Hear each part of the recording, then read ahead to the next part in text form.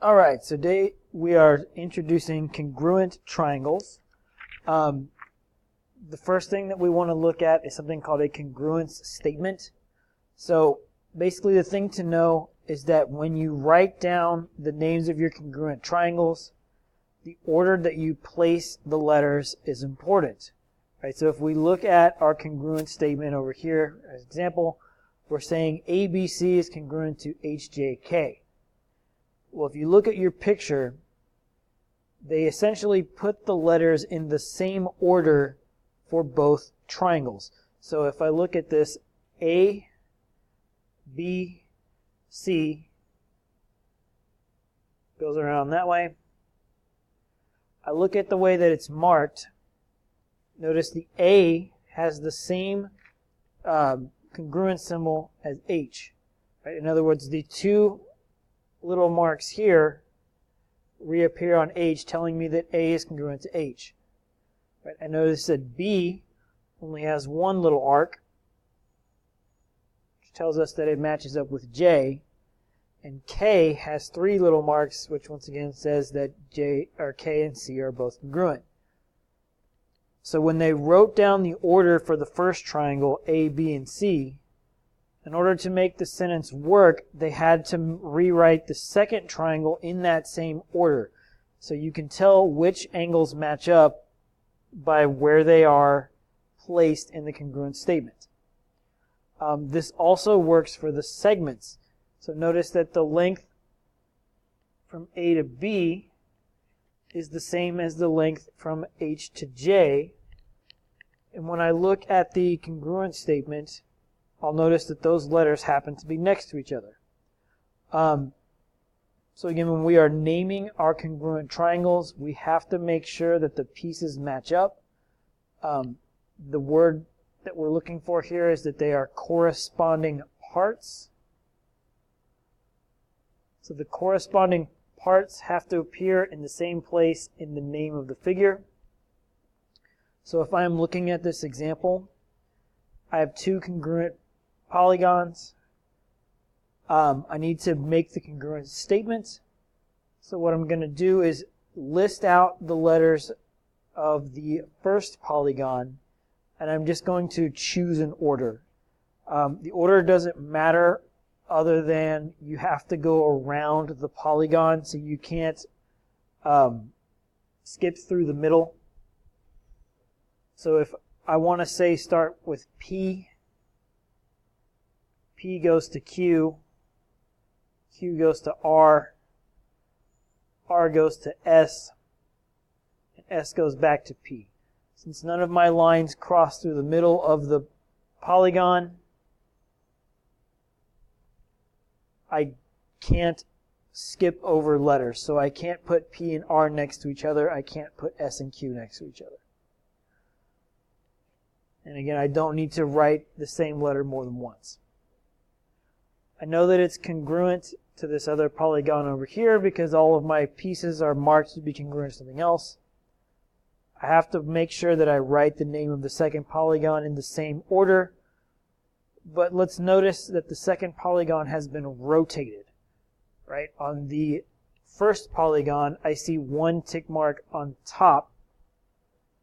But on the second polygon, the single tick mark is on the bottom, so they've sort of switched things up. So in order to make all of the corresponding parts match up, I'm just going to look for the matching congruent symbols. So P matches with G, Q matches with F, let's see, R matches with E,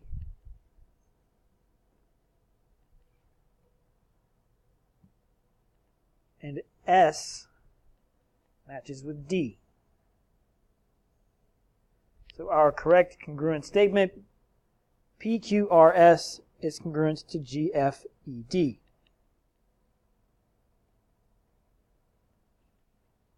So for 1A and 1B, do the same thing. Figure out which pieces are congruent and then list out your letters accordingly. All right, so for example 2, In the diagram, ABC is congruent to DFE, and we need to find our x and y. So what we're going to do is use the congruent statement to figure out which parts of the triangles correspond to each other. If I look at my formulas, I've got 8y minus 5 at angle F. I've got 2x plus y on side FE. It's probably easier to work with the 8y minus 5 first. So what I want to do is go to my congruent statement and figure out which piece of the top triangle matches with angle F. So F was in the middle. The letter on top, the letter of ABC that's in the middle is B. So that tells me that angle B is congruent to angle F. Therefore, 8y minus 5 must equal 99 degrees. So let's solve it out. Right. Add the 5, divide the 8, and we should get that y equals 13.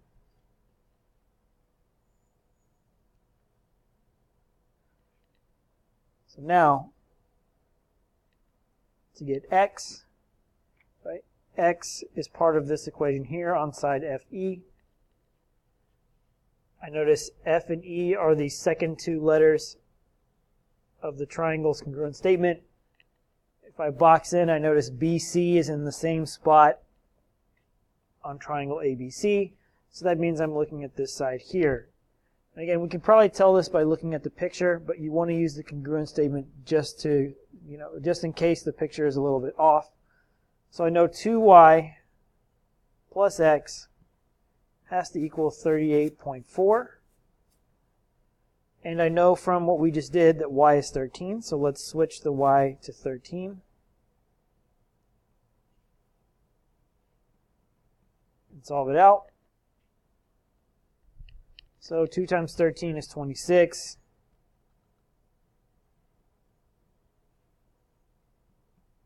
And I know I can subtract 36 on both sides, which is going to tell me that x equals 12.4.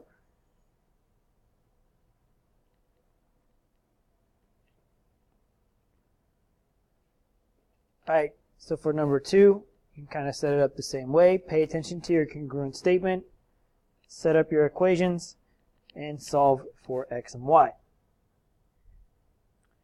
The last thing that we're going to talk about is the third angles theorem.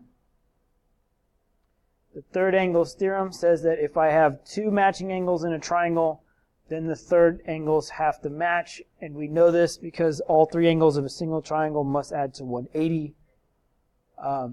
So if you were solving for angle A, you would add B and C, subtract from 180, and that should give you the same thing that it would in the other triangle, given that the angles all match up. Alright, so let's kind of look at this in an example. So we've got this napkin over here. It's being folded up very nicely. We are given that NPQ is congruent to RST. So let's just highlight those angles. So NPQ is congruent to RST. And we know that NPQ is 40 degrees. So I'm just going to kind of fill this in out here because I don't have a whole lot of space to write in there. We need to find the measure of SRT.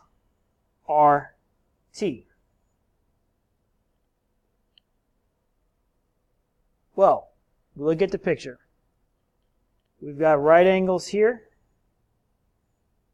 We know that these two angles are congruent because that was given to us. Therefore, these two guys have to match as well, because when two angles of a triangle are congruent to two angles of another triangle, the third angles must be congruent as well. We can go ahead and fill in the 40 degrees for angle RST. because again, congruent angles must always have the same measure. We know that the three angles of a triangle must combine to make 180 degrees. So if I've already got a 90 degree angle and a 40 degree angle, that means I've got 130 degrees already sitting inside my triangle. I only have 180 degrees total. So just like we did in one of our previous lessons, we know that the missing angle is 50 degrees. So since angles N and R have to match, they must both be 50 degrees. So the measure of SRT is 50 degrees. So go ahead and try the final two examples on your own. Or the final example rather on your own. Still using the picture of the napkins above. That's all we've got for today, and I will see you guys next time.